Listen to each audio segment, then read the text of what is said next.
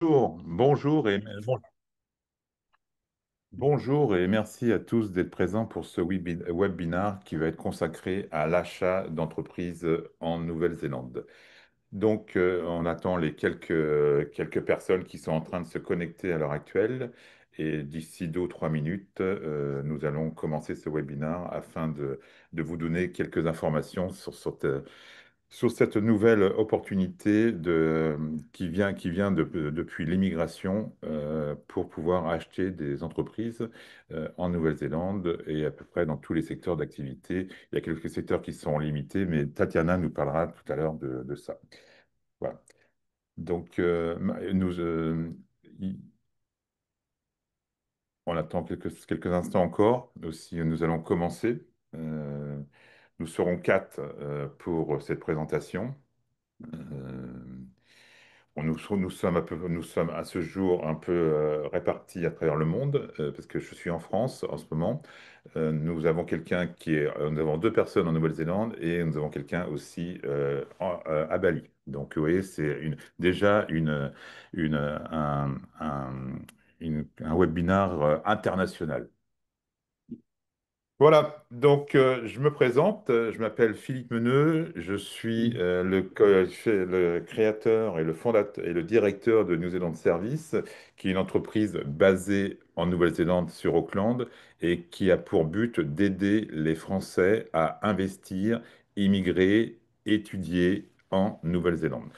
Nous aurons avec nous Tatiana, qui, elle, est basée à Wanaka et qui est conseillère en immigration, qui nous parlera tout à l'heure d'immigration. Nous avons aussi David, qui, lui, parle anglais, mais il parle anglais doucement. Donc, il pourra nous parler de business.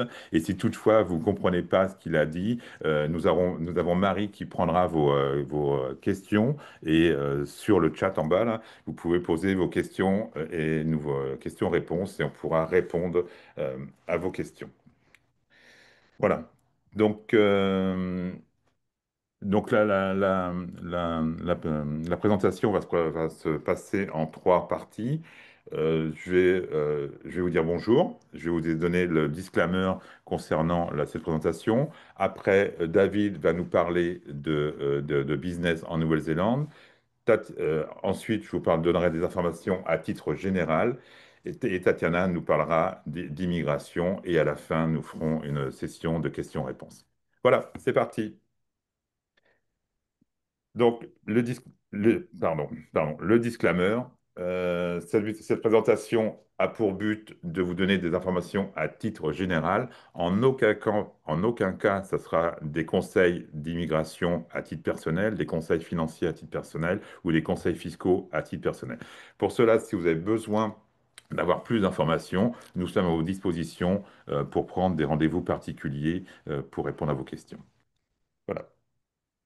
Donc, nous sommes une société qui a fêté hier, ses 15 ans, fêté hier ses 15 ans, et on est la seule agence en Nouvelle-Zélande qui prend les projets des gens de A jusqu'à Z. C'est-à-dire que lorsque vous travaillez avec nous, vous n'avez qu'une seule personne, un seul interlocuteur ou un seul interlocutrice qui va gérer votre projet de A à Z, et on est votre référent tout au long de votre projet. On fait des métiers qui sont des métiers qui sont réglementés. Et chaque personne dans l'entreprise a des licences correspondant à ces métiers. Tatiana a sa licence de conseiller en immigration. Julie Lefebvre a sa licence de salesperson immobilière. Julie Mariozzo est aussi conseillère en immigration. Moi, Julie Lefebvre est aussi conseillère financière. Et moi, je suis agent immobilier, j'étais conseiller en immigration et je suis aussi conseiller financier. Voilà. On a toutes des compétences en interne. Et si toutefois nous n'avons pas ces compétences-là en interne, on a un réseau de professionnels avec lesquels on travaille depuis des années qui va nous aider dans chaque étape, mais on restera toujours les personnes qui vont gérer votre projet de A jusqu'à Z. Donc, vous avez de la chance, on parle plus ou moins bien français, des fois bien, des fois moins bien, ça dépend des jours. Et si toutefois vous travaillez avec des anglophones, on sera toujours là pour vous aider pour tout ce qui est traduction et surtout, pour être sûr qu'on parle de la même chose parce que les systèmes francophones et les systèmes français et les systèmes anglo-saxons sont assez différents et il peut y avoir des confusions entre les deux systèmes. Donc nous, on est là pour bien être sûr que chacun soit sur la même page et que chacun se comprenne correctement. Et bien évidemment, on est là à chaque étape pour vous accompagner. Vous n'êtes jamais tout seul. Vous n'êtes jamais tout seul et on est là vraiment pour vous tenir la main tout au long de votre projet. Donc, je vais laisser la parole à David qui va nous présenter Barker et qui va nous donner quelques informations sur les entreprises en Nouvelle-Zélande. It's for you, David, now. Thank you. Good day, everyone. At Barker Business Brokerage in New Zealand, it is a family-owned business of 15 years. It is award-winning business, and we recognize ourselves as a boutique business in the scale of business brokering. We specialize in business sales only. Therefore, we know how to promote and sell businesses. We do not get involved in real estate. The only time we would be involved in that is if a business and the premises are being sold together on that. We have 40 business brokers, which represents all regions of New Zealand, from north to south, east to west. We broker for clients wishing to buy a business. We have approaches from buyers and investors with criteria who ask us to find them a business to invest in or to acquire, as well as clients who wish to sell their businesses and they approach us to market it accordingly. When we market the businesses, we have two main avenues. One is what we term as on market, where we give it vast exposure to the wider community. And we have what we term off market, where some businesses may want to remain discreet, and we then target clients that we have on our database. Currently we have over 6,000 registered buyers on our database. So we have an extensive list of potential investors.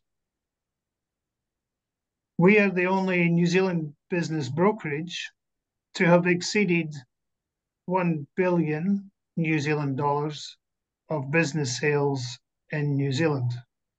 Now that's about 500 million euro, which may not be a lot in global terms, but in New Zealand terms, we are a small country. It is significant, extensive, and it does attract clientele to us with having such success.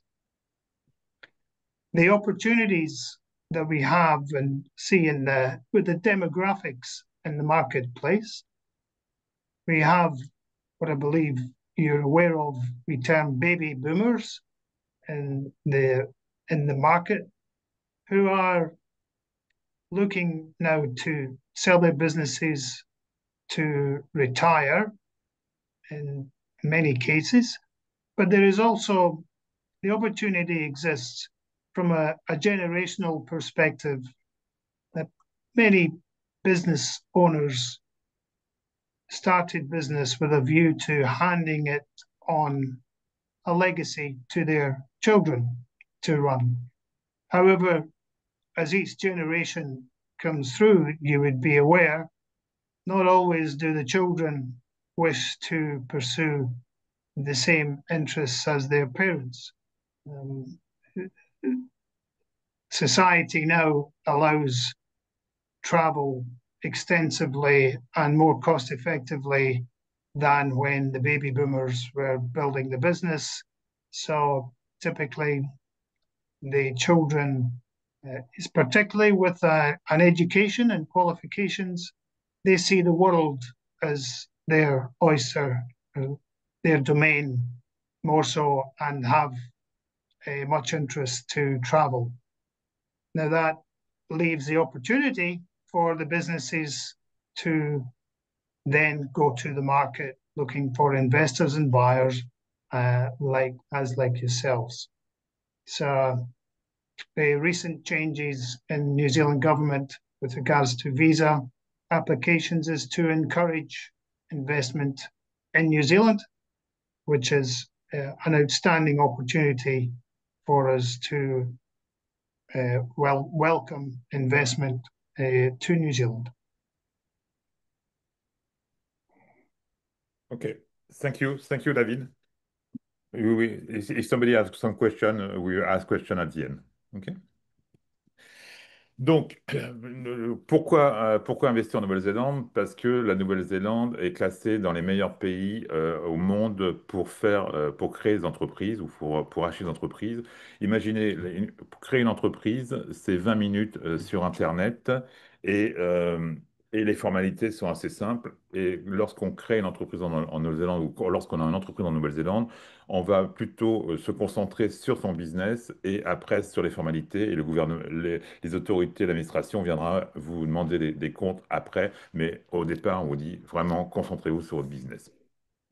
Au niveau des connexions mondiales, la Nouvelle-Zélande est située à un carrefour du Pacifique qui vous ouvre toute la partie asiatique et, euh, et on a aussi des routes maritimes très efficaces en Nouvelle-Zélande. Et on a aussi quelques ports en eau profonde qui permettent d'amener des containers, des bateaux avec des gros bateaux portant des containers. Et un autre point qui est intéressant aussi, c'est pour certains pays où ça va vous poser, je pense, c'est la lutte contre la corruption et la transparence dans les affaires en Nouvelle-Zélande.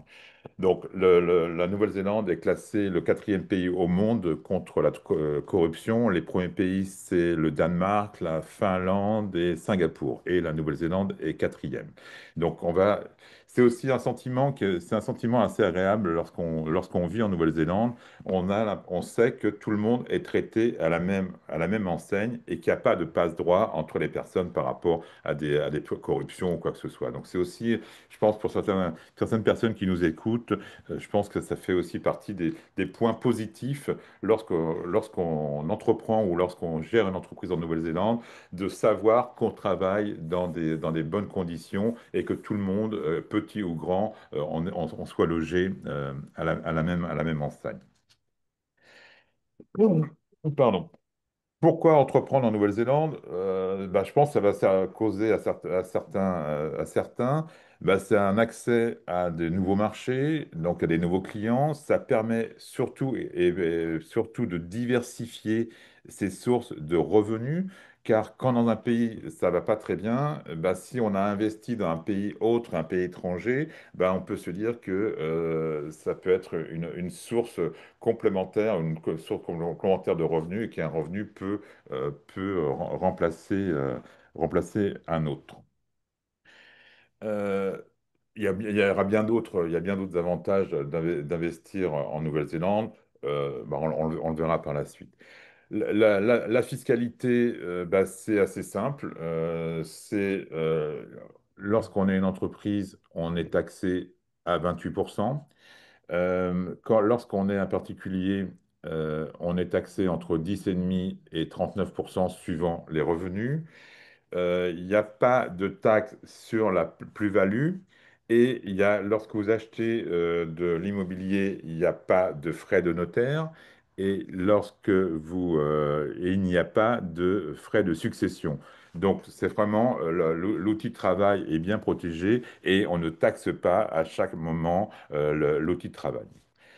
La culture d'entreprise, c'est assez cool. Les meilleures salles de réunion que vous pouvez trouver en Nouvelle-Zélande, ce sont les cafés. Les cafés, c'est là où il y a le plus de réunions qui se passent et ça se passe dans une atmosphère sympathique et il y a un bon équilibre entre la vie professionnelle et la vie personnelle. Si vous créez une entreprise en Nouvelle-Zélande, c'est pas forcément pour faire beaucoup d'argent, c'est aussi surtout pour avoir votre temps, pour gérer votre temps. Essayez de trouver un plombier le vendredi après-midi, ça va être difficile parce que peut-être qu'il est en train de jouer au golf. Donc, je vous dis ça. Donc, voilà. Donc, non, c'est pour vous dire que le gain n'est pas forcément toujours le maître mot dans la création d'entreprise. On va privilégier plutôt l'équilibre entre les deux, entre la vie personnelle et la vie professionnelle. Et on a une chance, on peut évoluer dans un pays qui est stable économiquement et qui est stable fiscalement. Les gens peuvent se dire que on change pas sans arrêt, on n'adapte pas sans arrêt les taxes en fonction des besoins du gouvernement par rapport à ses budgets. Si ça rappelle quelque chose à quelques personnes qui nous écoutent, ou à ce jour, bah, je pense qu'il y a quelques gouvernements qui veulent augmenter des taxes pour satisfaire le budget du gouvernement. Non, la Nouvelle-Zélande est pour cela assez claire. On a aussi accès au compte public. Toute personne a accès au compte public et donc il y a une transparence assez importante sur le financement du gouvernement et sur la gouvernance de l'État en Nouvelle-Zélande. Donc, c'est aussi des éléments qui sont à prendre en compte lorsque vous créez une entreprise, de savoir que vous êtes dans un environnement économiquement stable, fiscalement stable, et qu'on ne va pas demain vous changer des règles parce que pour s'adapter à des nouveaux besoins. Un pays tourné vers le commerce extérieur, le commerce international, évidemment, la Nouvelle-Zélande, bon, pour donner quelques chiffres, on est 5,5 millions d'habitants sur un territoire grand comme l'Italie. Donc, notre densité de population, c'est 13 habitants au kilomètre carré. Et il y a beaucoup plus de moutons que d'habitants. Je crois qu'il y a 70 millions de moutons et il y a 5 millions d'habitants. Donc, si on veut se développer, c'est les exportations et le commerce international qui va nous permettre de nous développer. Et comme on se trouve à l'autre bout de la Terre, on a aussi pas mal de business qui se créent avec tout ce qui est contre-saison. Par exemple, en France, on a des kiwis toute l'année. Donc, on en produit en France, mais aussi, bah, on va prendre les kiwis de Nouvelle-Zélande pour que tous les gens, que toute personne, tout au long de l'année, puisse manger des kiwis. Donc, c'est aussi c'est aussi un des avantages de la Nouvelle-Zélande.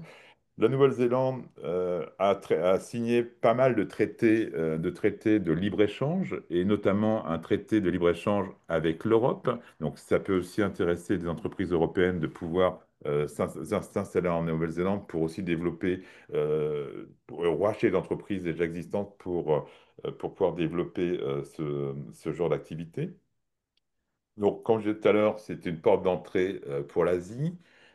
L'inflation est assez maîtrisée parce qu'elle a 2,7% 2,7%.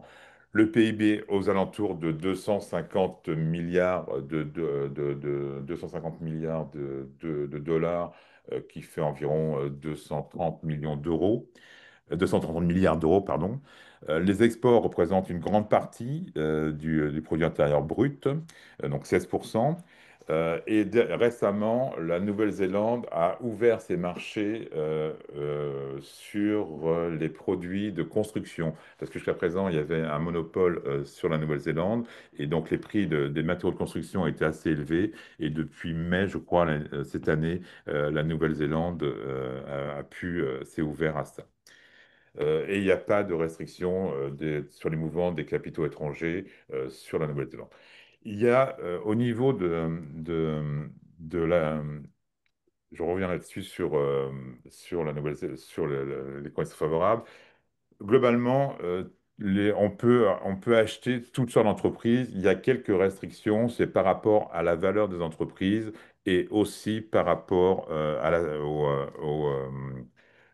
au terrain qui est lié aux entreprises. Donc, c'est pour ça qu'il y a une commission qui s'appelle Overseas Investment Commission, que généralement, on doit passer par cette commission pour savoir si le business peut bien être acheté par un étranger. Généralement, lorsque les entreprises achètent des personnes étrangères achètent des entreprises en Nouvelle-Zélande, généralement, ils n'achètent pas 100% de l'entreprise dès le départ s'ils ont la possibilité, mais généralement, ils achètent 51% de l'entreprise et ils prennent un accord pour acheter les 49% restants dans un délai fixé à l'avance. Le fait d'acheter simplement au départ 51% de l'entreprise, généralement vous permet de garder l'ancien propriétaire dans l'entreprise et qui va pouvoir vous aider à faire une transition, à une passation en douceur. Comme lui, il lui reste 49%, il a tout intérêt que l'entreprise fonctionne du mieux possible. Et vous, en tant que nouvel arrivant, bah, ça vous libère aussi pas mal de stress parce que bah, lorsqu'on arrive dans une nouvelle entreprise, déjà, il y a déjà pas mal de choses à apprendre. Mais en plus, si vous rajoutez le fait que vous arrivez dans un nouveau pays avec de nouvelles règles, c'est peut-être beaucoup d'informations à gérer de suite. Donc, le fait de garder l'actuel propriétaire avec une partie des actions vous permet d'avoir une transition en douceur et dès le départ, on peut fixer sur le contrat d'achat les conditions de rachat sur une durée et sur un prix en fonction de vos attentes. OK. Au niveau des taxes, donc c'est assez simple.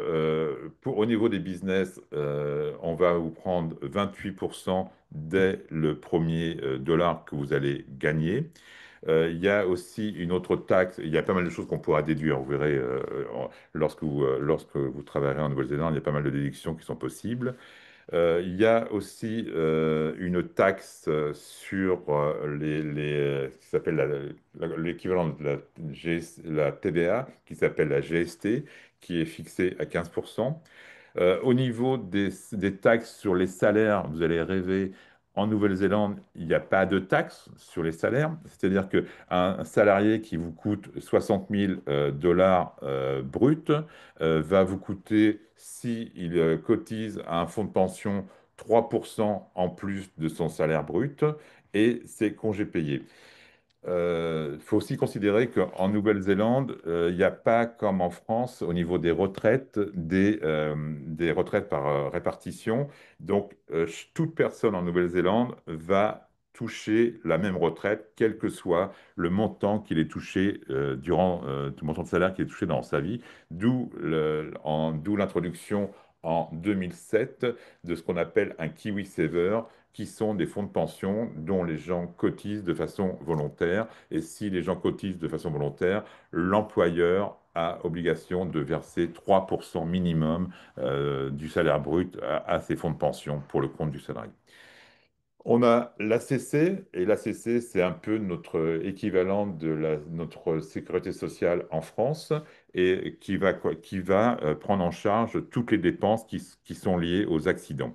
Que vous soyez résident néo-zélandais ou que vous soyez simple touriste en Nouvelle-Zélande, si vous avez un accident en Nouvelle-Zélande, ça sera pris en charge par l'ACC, et l'ACC est un service dont tous les travailleurs cotisent en Nouvelle-Zélande. Au niveau taxes, les salaires, les taxes sont pris à la source sur les salaires. Donc, c'est aussi une simplicité qui est aussi importante pour les gens, pour leur déclaration d'impôt. Donc oui, tout est fait en Nouvelle-Zélande pour simplifier les formalités, pour que ça soit le plus simple possible et que le chef d'entreprise soit concentré sur son activité et non sur toutes les parties administratives et réglementaires qui peuvent être parfois dans certains pays assez compliquées. Donc, pour les cultures d'entreprise, comme vu tout à l'heure, bah, on va privilégier plutôt un bon équilibre entre la vie personnelle et la vie privée. Les gens travaillent un écosystème bienveillant. Le taux de chômage est un peu augmenté, mais est quand même assez bas, il est de 5,2. C'est-à-dire que vous devez, en tant que chef d'entreprise, bien manager et bien vous occuper de vos salariés, parce que comme le taux de chômage est assez faible, si un salarié n'est pas content dans l'entreprise, bah, il va vous dire au revoir et il va partir ailleurs assez rapidement. Donc, pour ça, ça crée quand même un bon climat.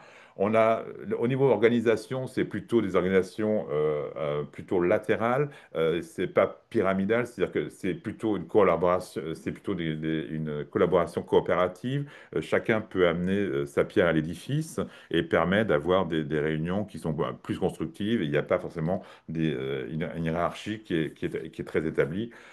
Il est courant que par l'anglais, tous les gens s'appellent par leur prénom. C'est rare qu'on s'appelle par son nom. Les gens se tutoient, ben, ça se tutoie parce qu'en anglais, c'est le tu qui a pris le dessus sur le vous. Comme je disais tout à l'heure, pas mal de réunions se passent au café autour d'un flat white ou d'un mochaccino. Donc c'est assez relax. Au niveau, comme la Nouvelle-Zélande est un pays d'immigration, bah, toutes les entreprises bah, sont aussi le reflet du pays. Et donc, il y a plusieurs, dans les entreprises, c'est assez courant de retrouver plusieurs nationalités qui vont travailler ensemble. Euh, je crois qu'en Nouvelle-Zélande, il y a 196 pays qui sont représentés en Nouvelle-Zélande et 96%, on a fait un test dans une école qui était dans le sud d'Auckland et 99% des enfants parlaient deux langages. Ils parlaient soit leur langage d'origine plus l'anglais. Donc c'est aussi une bonne, euh, une bonne façon de pouvoir échanger parce que l'anglais est bien sûr la langue du travail que vous allez utiliser au jour le jour pour communiquer. Autre chose aussi, ne soyez pas étonnés, lorsqu'il y a une cérémonie officielle, il y aura toujours une coutume maori qui sera au début de cette cérémonie, qui va pouvoir bénir cette cérémonie pour que ça se passe correctement, dans un bon état d'esprit, et les dieux maoris soient là pour protéger et pour faire en sorte que la cérémonie ou l'événement se passe correctement.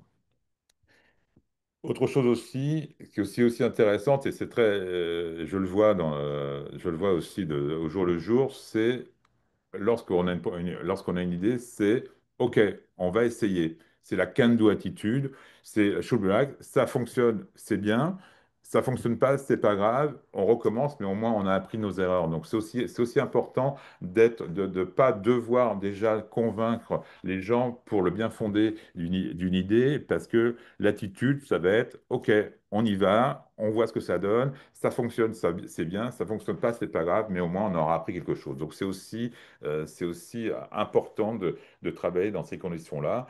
Et si toutefois il y a une erreur qui est faite, bah, faut pas la cacher. C'est mieux de le dire. Bah, vous aurez peut-être une remontrance sur le coup, mais ça évite de traîner une erreur qui peut avoir des conséquences importantes. Et si vous dites les choses, on vous pardonnera. Si par contre vous les cachez, vous avez toutes les chances qu'on vous dise, ah non, là c'est impardonnable et vous aurez plutôt tendance à dire merci à vos salariés. Mais si un de vos salariés vient vous voir et qu'il a fait une erreur, bah, l'attitude, c'est OK de prendre en compte l'erreur et de faire en sorte que ça ne se reproduise pas et de voir de votre côté comment ne pas faire, comment faire pour pas que ça se reproduise. Comme la Nouvelle-Zélande est un petit pays, bah, les entreprises sont aussi des petites entreprises et la moyenne des entreprises, c'est 14 contre 33 en France. 97% des entreprises en Nouvelle-Zélande sont entre 1 et 10 salariés. Donc, c'est vraiment la micro-entreprise qu'il faut prendre en compte. Voilà. Donc, les secteurs. Ah oui, moi je vais vous poser une question, vous répondrez dans le chat. Quelle est la capitale de la Nouvelle-Zélande? Voilà. Donc, j'attends vos réponses dans le chat aussi, on verra qui a gagné à la fin. Donc, les secteurs d'activité, bah, c'est bien évidemment l'exportation de produits alimentaires, parce que, comme je vous disais tout à l'heure, la Nouvelle-Zélande, c'est grand comme l'Italie, il y a que 5,5 millions d'habitants. Donc, le restant, bah, il y a de la forêt, il y a des champs, il y a des pâturages. Donc, on fait de l'élevage, on fait de l'agriculture et on fait de la sylviculture, pas mal de forêts de pins qui vont être exportés parce que on exporte le bois à l'extérieur de la Nouvelle-Zélande, car c'est aussi important. On est un pays qui utilise beaucoup d'énergie renouvelable, mais qui a 85 ou 90% d'énergie renouvelable, mais on a peu de demandes d'énergie. C'est-à-dire qu'on n'a pas beaucoup d'entreprises qui soient très demandeuses d'énergie, parce que on n'a pas les moyens de fournir de cette énergie-là. Donc, notamment pour tout ce qui est bois. Le bois est coupé en Nouvelle-Zélande, prend des bateaux, va être traité dans les pays asiatiques et notamment en Chine, et va revenir ensuite en Nouvelle-Zélande sous forme de produits prêts à l'emploi. Parce que les maisons en Nouvelle-Zélande sont principalement construites en bois. Donc on utilise beaucoup de bois en Nouvelle-Zélande. Donc c'est un secteur d'activité qui est assez porteur. Le transport, c'est assez intéressant parce que le métro d'Auckland a été construit dans le projet du métro d'Auckland. Des grandes entreprises françaises ont été incluses pour construire ce métro. Et les transports urbains à Wellington et à Auckland sont gérés par une entreprise française. Donc il y a des possibilités aussi dans le transport en Nouvelle-Zélande, et notamment aussi pour tout ce qui est transit et tout ce qui est transitaire. L'aquaculture est aussi un secteur qui se développe pas mal avec l'élevage de saumon qui est beaucoup développé, notamment bah, près de chez Tatiana vers Wanaka. Donc, je sais plus, c'est dans quelle ville qu'on fait ça, Tatiana? C'est Proiso, par exemple. voilà, où il y a toute la toison, ouais, où il y a pas mal de fermes de saumon. L'énergie renouvelable, l'énergie renouvelable à l'heure actuelle, on a la géothermie, notamment sur Taupo et Rotorua, parce qu'on a des volcans qui sont là, quoi. Donc il y a toute l'eau qui est chaude, qui sert à chauffer toutes ces deux villes-là, mais aussi produire de l'énergie pour des entreprises locales. Donc, l'éolien, il y a quelques fermes d'éoliennes en Nouvelle-Zélande. Et là, récemment, c'est assez récent, ils sont en train de développer toute la partie solaire. Le tourisme aussi est une partie qui est aussi très importante parce que bah, ça fait partie, il y a pas mal de gens qui rêvent de la Nouvelle-Zélande, qu'on appelle aussi la Suisse du Pacifique, bah, pour ses paysages et pour les traits qui sont mondialement reconnus. Les technologies et innovations qui sont soutenues par le gouvernement, il y a par des fondations, par des incubateurs. Les startups sont aussi soutenues parce qu'il y a des crédits d'impôt pour tout ce qui est recherche et développement. Donc c'est un petit pays, mais qui est un pays dynamique et qui permet de pouvoir qui est en pleine croissance et qui permet de faire pas mal de choses. Donc pour les entrepreneurs qui ont envie de se lancer ou qui ont envie qui ont envie de reprendre des entreprises et développer des nouveaux services, bah, c'est aussi un pays qui vous accueille. Donc, quelques chiffres. 605 000 entreprises en Nouvelle-Zélande, 4,3 employés sur Auckland. Auckland est la principale ville commerciale et économique en Nouvelle-Zélande. Et il y a à peu près la moitié des gens qui sont employés en Nouvelle-Zélande. Et comme je l'ai dit tout à l'heure, le taux de chômage est à l'heure actuelle à 5,2%, mais qui devrait baisser car le gouvernement à l'heure actuelle a relancé un programme d'investissement dans les infrastructures de l'ordre de 6 milliards de dollars. Donc, il va y avoir tout un tas de nouvelles personnes qui vont pouvoir être employées dans ces projets-là. Voilà, donc je vais passer la parole à Tatiana. Et si vous avez des questions ou si vous voulez que j'évoque d'autres points, je vous recommande de poser vos questions sur le bas. Voilà, à toi, Tatiana. Merci. Merci Philippe. Belle introduction sur l'environnement économique et culturel néo-zélandais, sur l'environnement fiscal aussi. Merci Philippe. Je suis sûre que vous appréciez avoir un peu des idées de ce qui se passe sur le terrain en Nouvelle-Zélande. Euh, pour vous parler très très brièvement de moi avant qu'on enchaîne sur la partie visa et immigration, donc je suis conseillère agréée par le gouvernement néo-zélandais en immigration, c'est-à-dire que je peux vous assister sur n'importe quel type de visa néo-zélandais.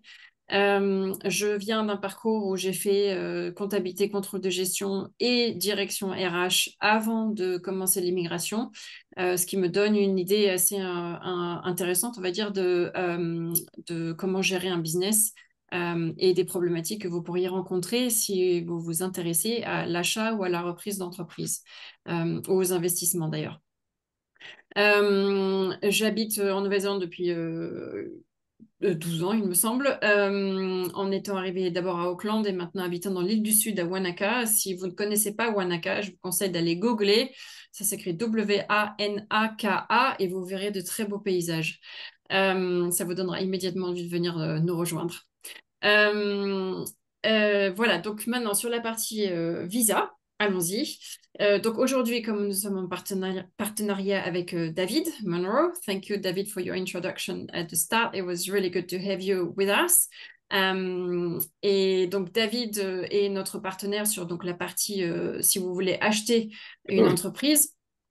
Il pourra donc vous assister à trouver une entreprise qui puisse être intéressante. Et donc nous, on travaille avec vous and with David pour être sûr que les démarches rentrent bien dans les règles de l'immigration.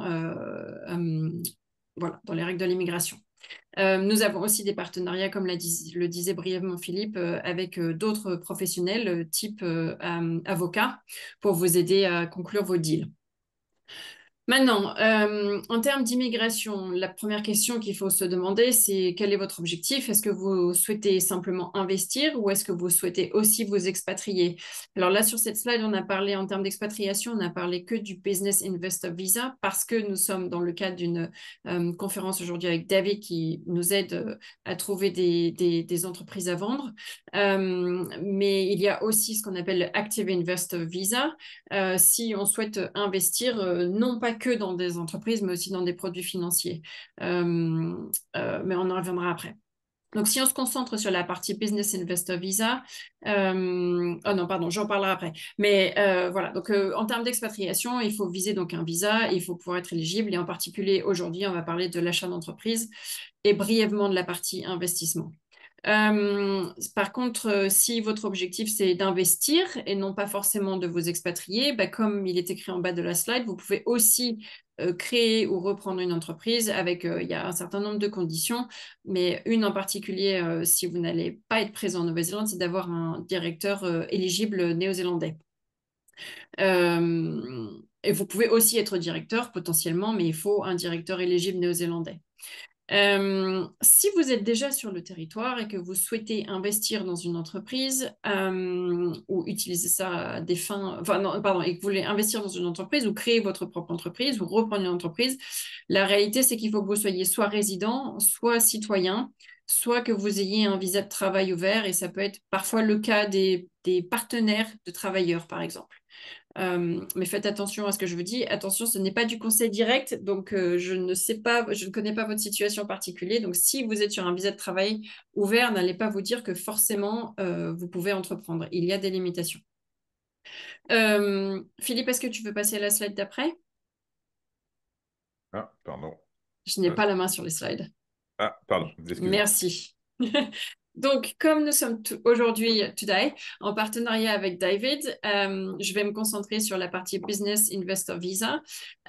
Certains d'entre vous ont peut-être entendu dire qu'à partir de novembre, l'ancienne catégorie qui s'adressait aux entrepreneurs a été fermée. Et il va y avoir une nouvelle catégorie qui va s'appeler le Business Investor Visa, qui va permettre de reprendre une entreprise existante, soit partiellement, soit totalement, et qui permettrait un accès éventuellement à la résidence au bout d'un certain temps. Donc, et la raison pour laquelle nous avons David aujourd'hui, c'est que David peut vous aider à trouver un investissement qui puisse rentrer dans le cadre de ce nouveau visa. Ça va être un visa qui va être, on l'espère, simplifié par rapport aux anciens critères de l'ancienne catégorie, même si pour l'instant, il nous manque encore pas mal d'éléments. Donc, les éléments qu'on vous dit aujourd'hui, qu'on vous a mis sur la slide et que je vais évoquer, sont ceux qui sont publiquement disponibles, enfin disponibles au grand public. Mais on aura plus d'informations techniques au mois d'octobre pour une mise en place de la catégorie à partir de novembre. Donc pour l'instant, on va rester assez général. On ne va pas pouvoir rentrer vraiment dans les aspects hyper techniques. Mais bon, déjà, on peut vous dire que cette catégorie va s'appliquer aux personnes qui sont capables d'investir au moins 1 million sur au moins 3 ans ou 2 millions minimum sur au moins 1 an, mais qui en plus doivent pouvoir avoir 500 000 dollars néo-zélandais de fonds disponibles pour s'entretenir eux-mêmes et entretenir leur famille le long de l'attribution de ce visa. Alors ce visa, en fait, je n'ai pas dit, mais c'est ce qu'on appelle un Work to Residence Visa, c'est-à-dire que c'est un work visa, un visa de travail qui peut être valable jusqu'à 4 ans. Et si vous remplissez un certain nombre de critères, que je vais donc détailler un petit peu plus bas, si vous remplissez un certain nombre de critères, vous pouvez au bout d'un moment prétendre à la résidence, c'est-à-dire soit au bout de 3 ans, soit au bout de 1 an, en fonction du taux d'investissement de départ. Il y a d'autres critères d'attribution de ce visa, notamment l'âge. Et là, on retrouve un peu ce qu'on connaît sur les work visas actuels, qui est que généralement, il faut avoir moins de 55 ans. C'est-à-dire moins de 56 ans, pardon, à la date de dépôt de la candidature, et évidemment répondre à des critères de santé, de casier judiciaire, de moralité, et un niveau d'anglais. Alors ça, c'est important parce qu'en fait, je n'ai pas du tout évoqué, mais le gouvernement a lancé ce visa, un peu comme le Active Investor Visa, Active Investor Plus Visa qu'ils avaient implémenté un peu plus tôt, parce que l'idée, c'est quand même d'attirer des gens qualifiés, expérimentés, et qui puissent apporter vraiment de la valeur ajoutée dans le tissu économique et commercial de la Nouvelle-Zélande. Donc, il se trouve que sur cette catégorie-là, puisqu'on va vous demander de reprendre une entreprise, on aimerait bien que vous puissiez la gérer. Donc, il va falloir avoir un niveau d'anglais correct. Alors, en l'occurrence, le seuil de IELTS qui est indiqué là, c'est 5. C'est pas si haut que ça. Ce n'est pas insurmontable. Alors après, chaque personne est différente, mais ça n'est pas insurmontable. Mais on vous demande quand même d'être capable de gérer votre entreprise et de pouvoir parler anglais. Évidemment, on vous demande d'avoir de l'expérience professionnelle en rapport avec le secteur d'activité qui va vous intéresser en Nouvelle-Zélande. Alors là, on n'a pas vraiment de contenu sur le type d'expérience professionnelle qu'il va falloir prouver. Est-ce qu'il faudrait que ce soit expressément en rapport avec le secteur visé ou est-ce qu'il faut avoir une expérience en tant que senior dans une entreprise? Historiquement, on retrouvait un peu ces deux critères. Donc, il y a fort à parier qu'on retrouvera la même chose dans le futur. Et ensuite, il va falloir investir dans une entreprise qui donc répond bien au seuil financier, comme indiqué plus haut. Mais aussi, il y a certains secteurs d'activité qui sont exclus. Alors, attendez, j'avais pris la traduction que Marie nous avait fait. Merci beaucoup sur le site. Voilà. Il y a certains domaines qui ne sont pas autorisés, comme le dropshipping ou les jeux d'argent, le tabac, les divertissements pour adultes, fast-food et entreprises franchisées. Les commerces de proximité ou de discount, ce qu'on appelle par exemple ici en Nouvelle-Zélande les $2 shops, et les entreprises à domicile en rapport avec l'immigration. Donc, je ne peux pas investir dans cette catégorie-là. Et les entreprises... Ah ben non, à domicile, on l'a déjà dit. Donc, il y a un certain nombre de secteurs qui ne sont pas ouverts. Mais sinon, a priori, les autres secteurs, pour peu qu'ils soient éthiques et légaux, ne poseraient pas de problème. Alors, la question il va falloir aussi qu'il y ait au moins 5 employés à temps plein dans l'entreprise. Bon, là, je ne suis pas très claire de savoir s'il va falloir maintenir ces 5 employés tout du long ou si c'est le business plan au début qui inclut 5 personnes. Il y a quand même fort à parier qu'il faille maintenir les 5 personnes ou avoir des raisons légitimes pour ne pas pouvoir maintenir les 5 personnes tout du long du projet. Mais ça, je ne peux pas vous le dire et on ne pourra vous le confirmer qu'après la publication des règles officielles. Maintenant, si l'entrepreneuriat, ça ne vous intéresse pas beaucoup, vas-y Philippe, tu peux nous... Voilà. Si l'entrepreneuriat, ça ne vous intéresse que très moyennement, mais qu'à la place, vous avez une capacité à investir en Nouvelle-Zélande au moins 5 millions, voire 10 millions sur plusieurs années, il y a ce qu'on appelle la catégorie Active Investor Plus. Alors, on n'a pas écrit en titre sur cette slide, mais c'est l'Active Investor Plus qui est décrit dans la colonne de droite. Qui concerne donc les investisseurs qui peuvent investir dans l'une de ces 2 catégories qu'on appelle Growth ou Balanced. La catégorie Growth, vous n'avez à investir que 5 millions de dollars néo-zélandais, c'est-à-dire à peu près 2,5 millions d'euros sur 3 ans dans des actifs directs type entreprise, donc l'entrepreneuriat, des actions cotées ou de la philanthropie. Par contre, si vous avez une capacité d'investissement plus élevée, donc à 10 millions minimum et sur 5 ans, alors vous pouvez aussi investir dans des obligations et certains investissements immobiliers. Un gros avantage de cette politique de visa pour les investisseurs, c'est que vous n'avez pas besoin d'être en Nouvelle-Zélande, d'être présent en Nouvelle-Zélande majoritairement. Sur la growth catégorie, vous n'avez à être présent que 21 jours sur les 3 ans, c'est quand même pas beaucoup. Et sur la balance catégorie, ce n'est que 105 jours avec une réduction possible en fonction du montant extra que vous allez investir au-delà des 10 millions. Et dans certains types d'investissements. Donc, ça ne fait pas beaucoup. Ça vous permet de continuer votre vie ailleurs dans le monde, si vous le souhaitez, tout en accumulant les droits au bout d'un moment. Si vous maintenez bien un seuil d'investissement et donc nombre de jours et puis un certain nombre d'autres obligations, ça vous permet au final de pouvoir obtenir un visa de résidence qui peut être intéressant pour vous et votre famille. Et pour le coup, pour cette catégorie-là, il n'y a pas d'exigence linguistique. Donc ça veut dire que vous n'avez pas, même si vous allez investir peut-être dans des investissements directs, type dans des entreprises, ben, en fait, pour cette catégorie-là, vous n'avez pas besoin de prouver que vous parlez anglais. Donc c'est intéressant. Philippe, est-ce que tu peux passer sur la slide d'après? Merci. Alors bon, la présentation que je vous ai faite, elle est quand même très très abrégée.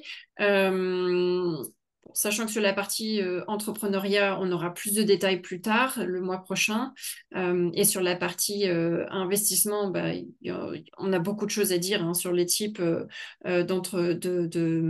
d'investissements disponibles, sur les délais, sur les coûts, sur les processus. Il y a plein de choses à dire, mais on ne peut pas tout couvrir. Aujourd'hui, vraiment, on se concentre sur la reprise et l'achat d'entreprise.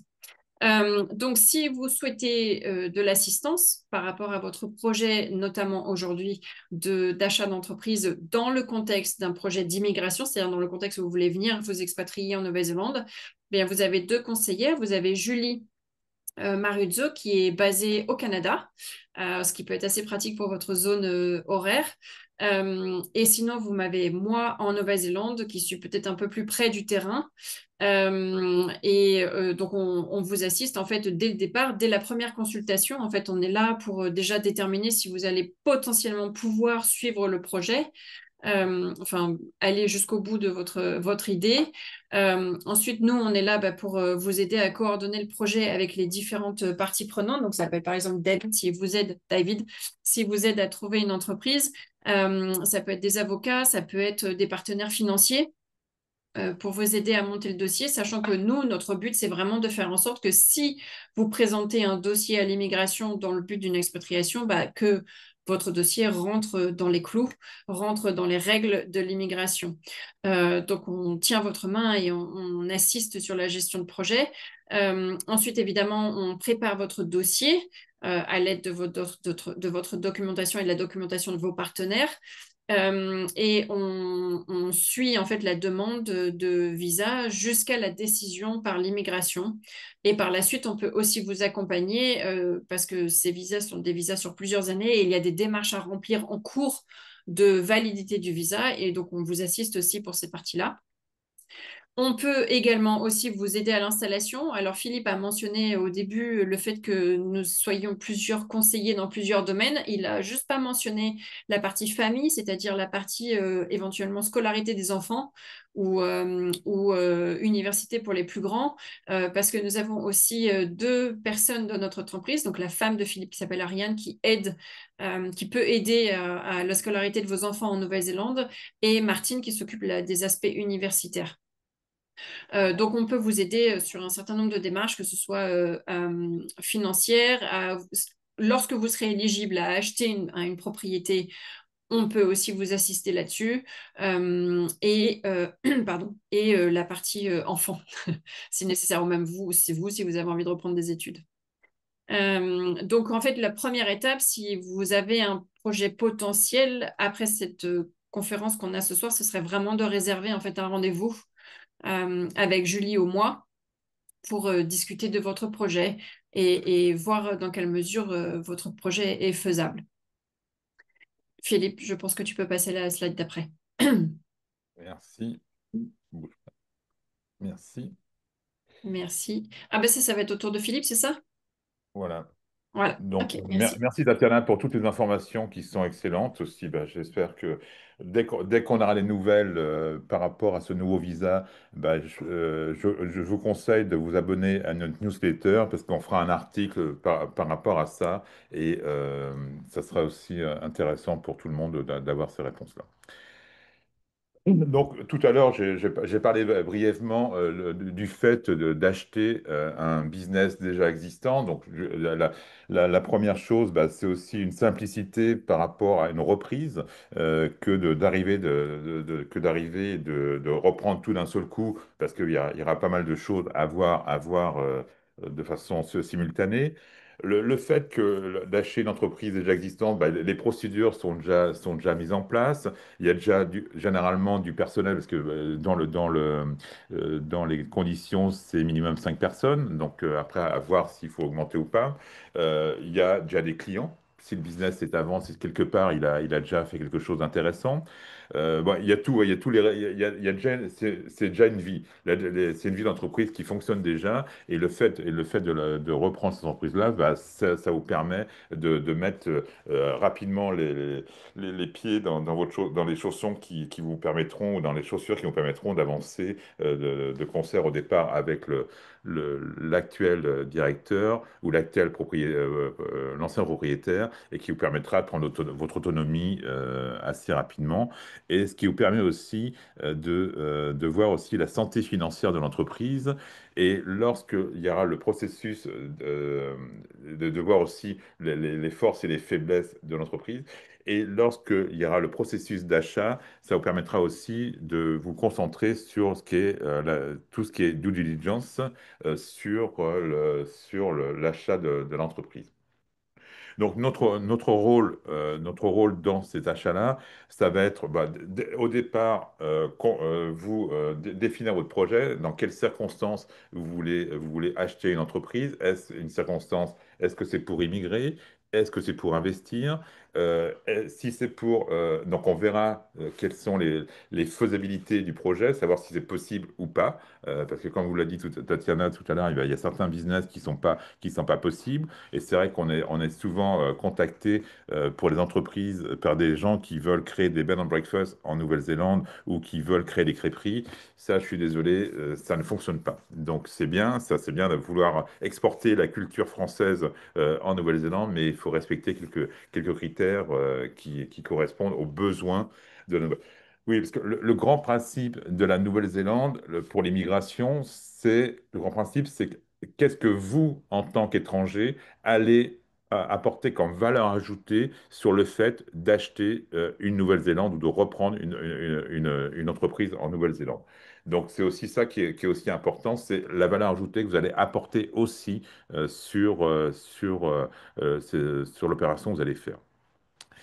Donc, là, je parlais tout à l'heure de due diligence, on va vous accompagner, savoir, on a des différentes due diligence, bah, due diligence au niveau comptable, donc on travaille avec un cabinet comptable par rapport à ça, une due diligence au niveau légal, donc on travaille aussi avec un cabinet par rapport à ça, tout ce qui est examiner les réglementations, les contrats de travail, enfin, tout ce qui va se rapporter au niveau de l'entreprise. La réglementation aussi qui peut évoluer. Donc, c'est aussi important que si vous êtes dans des secteurs d'activité peuvent être sensibles, voir quelles sont les évolutions futures. Donc, peut-être qu'à un moment donné, il faudra prendre des gens spécialement pour vérifier tel et tel point technique de l'entreprise. Donc, c'est important de voir ça aussi. Euh, Nous, dès le départ, on vous transmettra les informations qui sont importantes pour vous, pour ensuite aller négocier et rencontrer, d'abord rencontrer l'entreprise et ensuite négocier. Euh, on va vous aider aussi dans la négociation du prix avec les différentes parties qui sont là, parce qu'on sera aussi en relation avec le vendeur, aussi on verra à peu près les marges de manœuvre avec lesquelles on peut travailler. Et bien évidemment, lorsque on arrivera à la partie contractuelle, bah, il y aura une partie légale et on vous mettra en rapport avec des avocats avec lesquels on travaille ou avec vos avocats si vous en avez en Nouvelle-Zélande qui vous permettront d'établir le contrat d'achat avec les clauses qui vous conviennent maintenant et surtout les clauses qui viennent plus tard.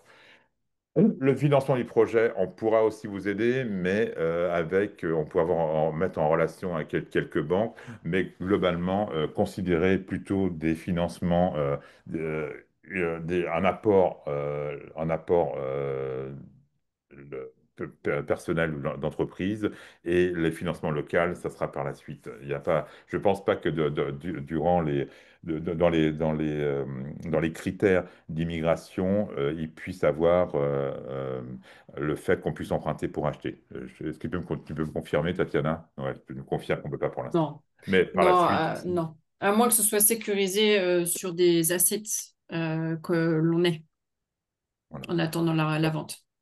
voilà. Mais c'est peu Donc, probable. mais bon, on a un réseau de banques avec lequel on pourra vous mettre en rapport pour pouvoir aussi faire les transactions et que ça se passe du mieux possible. Voilà. Donc, je vous remercie déjà d'avoir écouté toute cette présentation. Je reviens aussi pour l'anglais, parce que l'anglais peut être quelque chose qui peut être compliqué pour les gens pour pouvoir entreprendre en Nouvelle-Zélande. Et le fait de tout lâcher pour apprendre l'anglais, ça peut être compliqué. Et donc, je pense que on a vu avec ma femme et on a vu qu'une école en Nouvelle-Zélande pour que les gens puissent prendre des cours par correspondance et avoir des cours en visio. Parce que le problème que lorsqu'on apprend une langue, je suis passé par là, j'ai appris l'anglais, j'avais 38 ans. Donc c'est pour ça que des fois, quand je parle anglais, j'ai encore un accent assez prononcé. Mais on peut apprendre du vocabulaire, on peut apprendre les règles de grammaire, mais la seule façon de bien maîtriser la langue, c'est de la parler. Et le fait de pouvoir avoir des profs en vis-à-vis via des visios qui peuvent s'adapter à vos horaires de travail, parce que si vous êtes chez l'entreprise, bah, vous n'avez pas non plus beaucoup de temps à consacrer à ça. Bah, lorsque ça vous permet de prendre des cours après les heures de travail, et donc vous pouvez se rapprocher de nos services et on vous mettra en rapport avec des profs qui peuvent vous aider à ce niveau-là. Donc pour ces projets-là, bah, il y a Tatiana qui pourra vous aider pour la partie immigration et il y a aussi Julie aussi et moi, Julie Lefebvre, qui est une autre Julie qui travaille aussi dans la partie dans Nouvelle-Zélande Service, qui pourra vous aider dans tout ce qui est ouverture de compte en banque, dans tout ce qui est formalités qui sont ad hoc par rapport à votre projet. Donc, merci pour cela. J'ai quelques questions. Il y en a certaines que je vais pouvoir répondre. Il y en a d'autres que je vais demander aux gens de me rappeler, de prendre un rendez-vous avec moi parce que c'est assez particulier. Julien qui me dit, une simplicité pour le chef d'entreprise signifie aussi une comptabilité plus simple. Bah, assez simple. La comptabilité, généralement, on utilise Xero ou MYOB, MYOB, et qui sont des systèmes comptables assez simples et qui vous permet d'avoir une comptabilité assez transparente et de pouvoir suivre votre comptabilité au jour le jour. Tu as quelque chose à rajouter par rapport à ça, par rapport à la comptabilité, Tatiana? Non, non, pas particulièrement. Je pense que vraiment le point essentiel en Nouvelle-Zélande, c'est la fiscalité qui est quand même nettement plus simple à appréhender en Nouvelle-Zélande. Donc après, oui, de facto, la partie comptable est aussi relativement simple. Mais après, ça dépend du domaine dans lequel vous allez évoluer, parce que si vous devez vous heurter à des normes internationales, bon, là, j'ai pas grand-chose à dire là-dessus. D'accord. Julien, toujours, le crédit d'impôt sur la R&D est-il plus simple et sans triche? Ben, comme je disais tout à l'heure, en Nouvelle-Zélande, tout est basé sur l'honnêteté. Donc, de base, on va vous faire confiance, mais en revanche, si vous trichez, alors, il n'y aura pas de pardon. Donc, c'est globalement plus simple. Euh, donc, Julien, toujours, quand est-ce que le Business Work Visa, nouvelle formule, reviendra? Bah, comme vous l'a dit, ça sera courant novembre 2025, ça sera mis en place et on vous donnera plus d'informations. Et l'autre question, c'est là où je demande à Asa de me contacter parce que c'est une question un peu plus technique et beaucoup plus personnelle. Donc là, faut prendre rendez-vous avec moi, qu'on puisse voir ensemble exactement ce que vous voulez faire. Et dans ce cas, on vous mettra aussi en rapport avec Barker Tilly qui pourra vous donner. La question concerne quelle est la meilleure structure à mettre en place au niveau légal pour créer une entreprise en Nouvelle-Zélande. Donc c'est vrai que là, c'est une question un peu plus technique. Donc prenez un rendez-vous avec moi par la suite et Marie va vous envoyer mon email et on pourra voir ce que vous voulez. Je vous mettrai en relation avec des cabinets comptables qui seront là pour vous répondre. Donc, je pense qu'on a fini. Merci. Je n'avais pas d'autres questions. Donc, merci à tous pour nous avoir suivis. Et comme vous l'a dit tout à l'heure, Marie, ce webinaire sera en ligne pour être visible en replay. Et donc, si vous voulez d'autres questions, vous avez d'autres questions, vous pouvez contacter Tatiana, Marie ou moi, et on verra aussi avec David pour tout ce qui est business. So thank you, David. Thank you, David, for coming to be with us this morning. And I, yes, excuse me, Philippe, I have one question. yes. Did you mention New Zealand wine? No, I can't because we are French. But no, some of them, no. The New Zealand wine is very good. Mainly the white wine is very good. Some red are starting to be good, but the white wine is very well known and very good. And Thank you. the red wine, some of them, as Pinot Noir is quite good, and we have some Shiraz who are also very good, around Napier. Thank Thank you, you. David, for your comment. Thank you, everyone. Thank you, Thank you very David. much. Thank you, everybody. Thank Thank you. you, Merci. Thank you. everybody. Thank Bye-bye. you. Merci. Bye bye. Bye bye. Merci. Merci. Bye.